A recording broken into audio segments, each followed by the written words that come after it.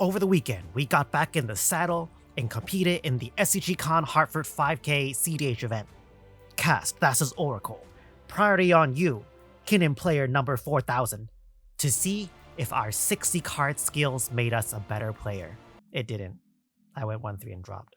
But I did learn 3 things that I'm going to reintegrate back into my skill to be a better cEDH competitor. So let's go back to SCG Hartford and recap some learning moments from the event. So this first game, Kinnan is kind of dominating the game. They have a Seaborn Reese in play. They've been flipping Kinnan every cycle since turn 2, and they're not really hitting like the cards they need. But with enough time, they're going to win this game, right? The player next to them, or across from me, is Rocco. So Rocco has an Elish Norn in play, and on their turn, plays Rocco finds a Dockside, then also finds a Village Bellringer. So then what they do is they use their treasures, play Kikichiki, copy Village Bellringer. At this point, I don't have any interaction. My opponent next to me was on Sakashima Kodama, no interaction. So it's like Kinnan's game to lose. So then Kinnan goes Whirly Tutor, Phyrexia Metamorph, spin Kinnan. And what do? Phyrexia Metamorph comes into play as a copy of Skyclave Apparition that Rocco had, instead of Elish Norn. So at this point, the Rocco player knights can look at each other like, okay. And then Rocco reminds them that the Elish Norn shuts off the ETB, and they proceed to win the game. So what's the learning here? Learning here is that I needed to speak up. I needed to not take the information for granted, or their skill for granted, and let them know their options, right? Because at this point, had they known what was the correct target, I might have had another cycle. In this game, my hand was so bad that it didn't matter, right? Like, it really didn't matter who was going to win this game. I was out of it. So it was between Rocco and Kinnan. And honestly, I'd rather Rocco win because there's like so many Kinnans. In 60 card, usually you don't really have to remind people of like triggers, right? If they miss something in the board state, like that's on them, right? Usually they lose the game and you win the game because of that, right? So you're not really incentivized to remind people of stuff, unless if it's like a game rule violation kind of thing. But the point here is like, after playing 60 card for so long, I'm just used to like, I'm able to keep track of the board state as a cEDH player, but I just kind of like forgot that it mattered to like share this information so that your opponent doesn't like lose you the game when it's critical. As I said, this game didn't matter, but in the future, in other games, it might matter, right? I might have needed them to hit the Elish Norn so that I can like take my turn add-ons or something. So that's just like a reminder, to remind people of the board state and give them information when necessary. I won my second round pretty easily, so nothing to learn there. But the next round I want to cover is my third round. So here, the only thing that matters that you need to know is that I have a Smothering Tithe and like 20 treasures. And the player before me, Atraxa, has a Dispel. And the player next to me, which is Kinnan, has a Mindbreak Trap that I knew about, that I even like reminded the table about. And then in my hand is a Praetor's Grasp, a Mnemonic Betrayal, and also an Ad Nauseam that I mulled for like in my opening hand. And at this point in the game, like the graveyards are kind of stacked with counter spells, a couple of silences, a couple of win attempts by Kinnan has been stopped, and the table seemed quite exhausted. So, here's the moment, right? Here's the time we get in there.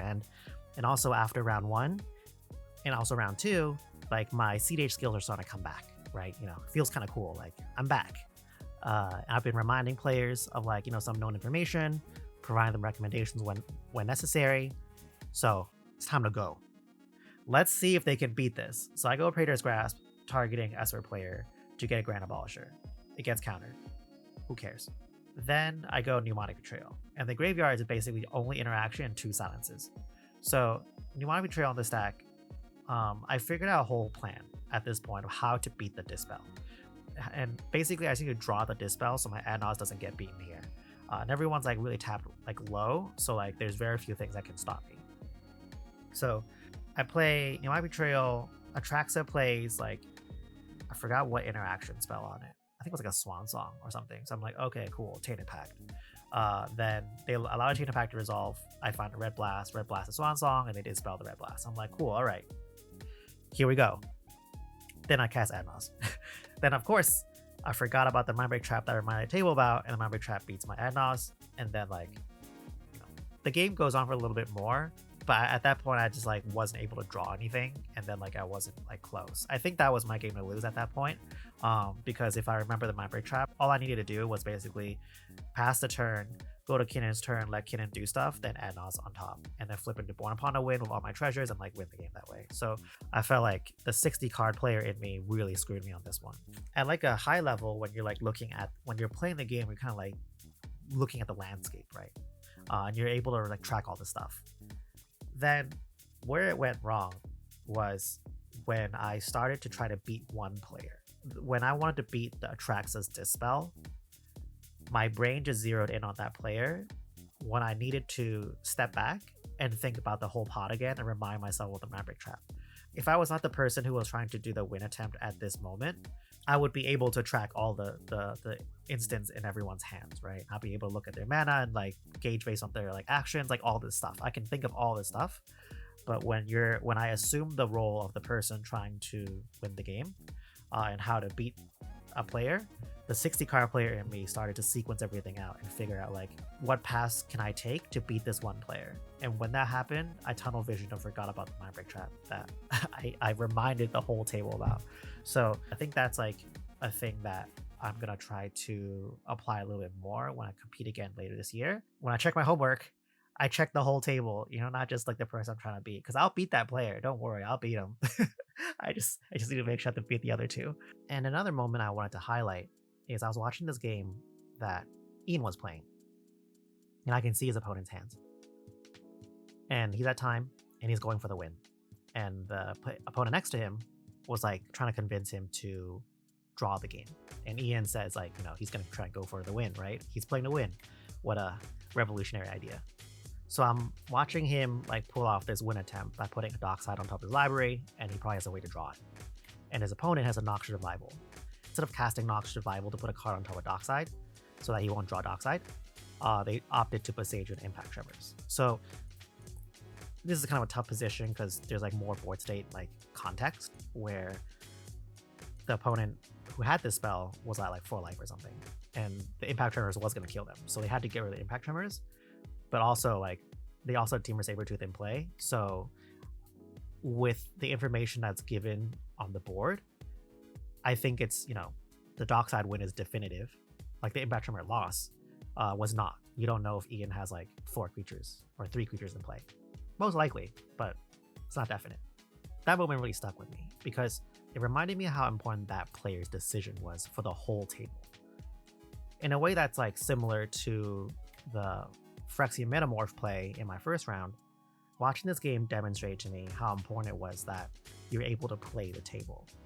That cEDH is not only a game of like board tracking and like skill and magic, you know, those are very important, but I have a suspicion that the people who consistently top events also are able to play the table from like a social perspective. They're able to kind of like get people to trust them, get people to take game action for them, and then leverage the fact that the least experienced player at the table is going to be such a deciding factor, right? Whoever is able to leverage that player, as awful as that sounds, is going to have a lot more value in their game. So I think that's just something else to consider is like, you know, a lot of 60 card players and myself, we don't really want to like talk. We're here to sit down, sling spells, and expect our opponents to sling spells optimally. But that's just not a realistic expectation. cEDH is ultimately a social game, so you know whoever has the most Riz is gonna have the most advantage there as well. So I think that's like a good third learning. So if I was to wrap up this video, there's 3 main learnings. So the first learning is that you remind your opponents of just board state and information and give them recommendations when it's reasonable and necessary so that you don't lose the game. The second is that you don't want to tunnel vision when you're going for a win attempt or sequencing something, because I think that's very easy to do as a 60 card player. And instead, when you're about to like execute your line, take a step back, and when you check your homework, make sure you're checking the whole table's like information as well.